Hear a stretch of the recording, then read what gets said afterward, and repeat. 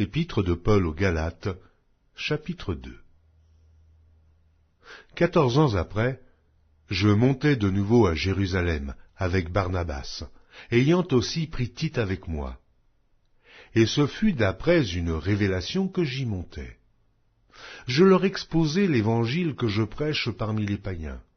Je l'exposai en particulier à ceux qui sont les plus considérés, afin de ne pas courir, ou avoir couru en vain. Mais Tite, qui était avec moi et qui était grec, ne fut pas même contraint de se faire circoncire, et cela à cause des faux frères qui s'étaient furtivement introduits et glissés parmi nous, pour épier la liberté que nous avons en Jésus-Christ, avec l'intention de nous asservir. Nous ne leur cédâmes pas un instant, et nous résistâmes à leurs exigences, afin que la vérité de l'Évangile fût maintenue parmi vous. Ceux qui sont les plus considérés, quels qu'ils aient été jadis, cela ne m'importe pas. Dieu ne fait point exception de personne. Ceux qui sont les plus considérés ne m'imposèrent rien.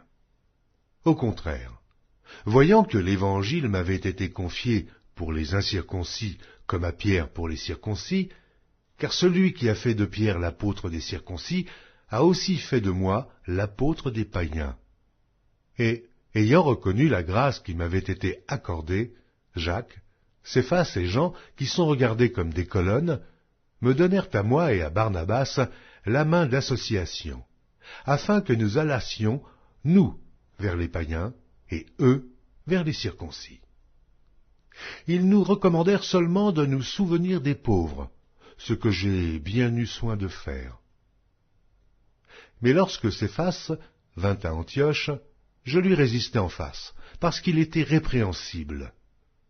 En effet, avant l'arrivée de quelques personnes envoyées par Jacques, il mangeait avec les païens, et, quand elles furent venues, il s'esquiva, et se tint à l'écart par crainte des circoncis. Avec lui, les autres Juifs usèrent aussi de dissimulation, en sorte que Barnabas même fut entraîné par leur hypocrisie. Voyant qu'il ne marchait pas droit selon la vérité de l'Évangile, je dis à Céphas, en présence de tous, « Si toi qui es juif, tu vises à la manière des païens et non à la manière des Juifs, pourquoi forces-tu les païens à judaïser? Nous sommes juifs de naissance, et non pécheurs d'entre les païens.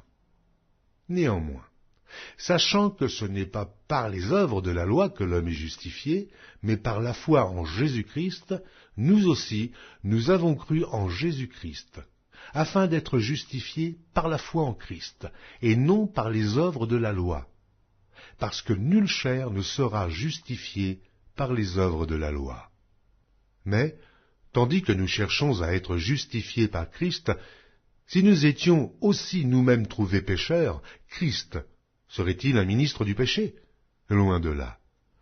Car si je rebâtis les choses que j'ai détruites, je me constitue moi-même en transgresseur. Car c'est par la loi que je suis mort à la loi, afin de vivre pour Dieu. J'ai été crucifié avec Christ. Et si je vis, ce n'est plus moi qui vis. C'est Christ qui vit en moi. Si je vis maintenant dans la chair, je vis dans la foi au Fils de Dieu, qui m'a aimé et qui s'est livré lui-même pour moi. Je ne rejette pas la grâce de Dieu, car si la justice s'obtient par la loi, Christ est donc mort en vain.